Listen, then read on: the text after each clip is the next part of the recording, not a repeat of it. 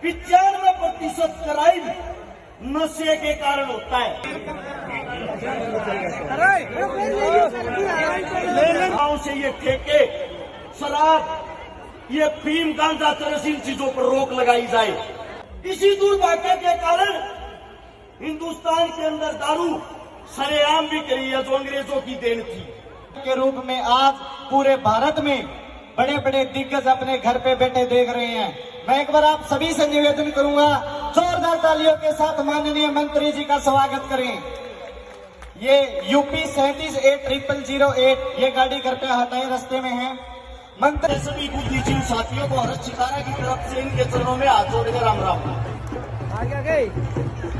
एक आप सभी साथी आज जिस दीवार पे बैठे हो, इनकी कदर का आज के लोगों को एहसास नहीं रहा। मंदिरों के अंदर, संतों के अंदर, साधुओं के अंदर क्या ताकत होती थी, उसको आज के समय में हम लोग भूलते जा रहे हैं। जिस वक्त अंग्रेज हिंदुस्तान में आए, आप लोगों को नहीं पता हो तो याद दिलवा दूं, सबसे पहली जो क्रांति,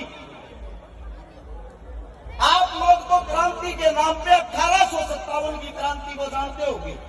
उससे भी 100 साल पहले 1757 में जो सबसे पहले हिंदुस्तान को बचाने के लिए क्रांति लड़ी थी, वो हमारे सन्यासियों ने और फकीरों ने लड़ी थी।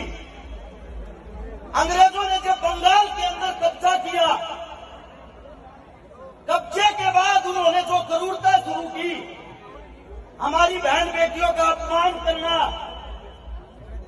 गाय का कत्लेआम करना, हमारे धर्म को भ्रष्ट करना, मंदिरों को तोड़ना, मस्जिदों को तोड़ना।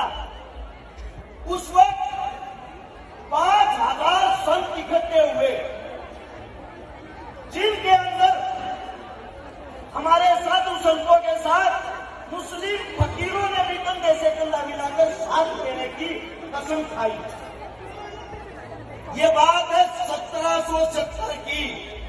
उन 5000 फकीरों ने उन अंग्रेजों को वापिस भागने पर मजबूर कर दिया था।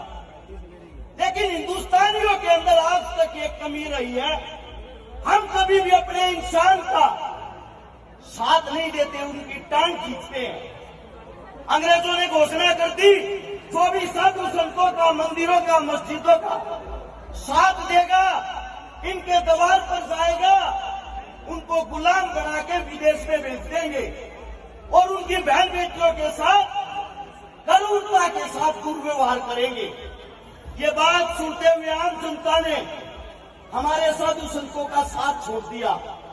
साथ छोड़ने के बाद वे 5000 आदमी अपने बंदूके पर, अपने दम पर उन हत्यारे अंग्रेजों के साथ 30 साल तक लड़ते रहे। 30 साल। सन 1800 में जाकर कहीं वो आंदोलन समाप्ति की तरफ हो गया, क्योंकि जो हमारे देश की आवाम थी, जनता थी, वो हमारे संतों की ताकत को बढ़ा नहीं सकी। उसी का फायदा उठाते हुए उन्हीं अंग्रेजों ने बंगाल के अंदर शराब की पहली दुकान खोली थी 1832 में। पहली दुकान खोल के हमारे हिंदुस्तानियों को फ्री शराब पिलाई जाती थी। पहले एक आदमी को पिलाई, फिर 10 को पिलाई, फिर 100 को पिलाई। यह चीज देखते देखते उस शराब का टेस्ट आदमियों को ऐसे लगने लग गया, दिन प्रतिदिन उन्होंने अपनी दुकानें बढ़ानी शुरू कर दी। आज अगर आप हिंदुस्तान के अंदर देखोगे, एक भी कोना ऐसा नहीं होगा, एक भी गांव ऐसा नहीं होगा जिसके अंदर ठेका नहीं है। सबको पता है दारू हमारा सर्वनाश करती है। शराबी आदमी सबसे पहले अपने घर को खागा, रुपये खागा, घर धरती जमीन खागा। दारू के कारण ही बलात्कार होते हैं, दारू के कारण ही हत्याएं होती है।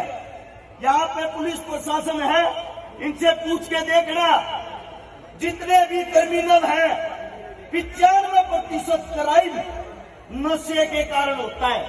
और ये मेरे देश का दुर्भाग्य है।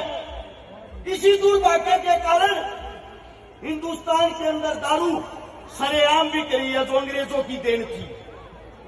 और उससे दूसरी बात, किसी के अंदर इतनी हिम्मत नहीं हम आवाज उठाकर इस चीज को बंद कर दे। सरकारें आती है जाती है, कभी कोई, ये एक ही सिक्के के दो पहलू होते हैं। आज कोई सरकार, कल कोई, लेकिन एक भी नेता मंत्री ऐसा नहीं आता जो इन चीजों पर पूर्ण रोक लगा दे।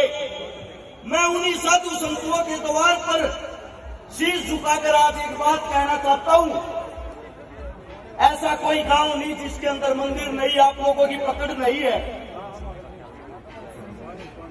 ऐसा कोई भी गांव नहीं जिसके अंदर आप लोगों की ताकत नहीं, आप लोगों के भगत नहीं है। सरकारें तो हमें देख ली, आप लोगों से बहुत ज्यादा उम्मीदें हैं। जितने भी हमारे साधु संत हैं, कोई ऐसी पहल करे जिसके दौरान गांव से ये ठेके, शराब, ये फीम, गांजा, चरस, इन चीजों पर रोक लगाई जाए। जिस दिन इन चीजों पर रोक लगाई जाएगी, मैं गारंटी देता हूं हिंदुस्तान के अंदर अपने आप ही कोई भूखा नहीं रहेगा, क्योंकि लोगों के पास करने के लिए काम हो जाएंगे। और मेरे मुख से कोई गलत शब्द निकला हो, कोई गलत बात निकली हो, हाथ जोड़कर माफी चाहता हूं, क्षमा चाहता हूं। आपका बेटा हूं, आपका बच्चा हूं, आप लोगों ने इतना बहुत कराने बोलिए दादा पीर की।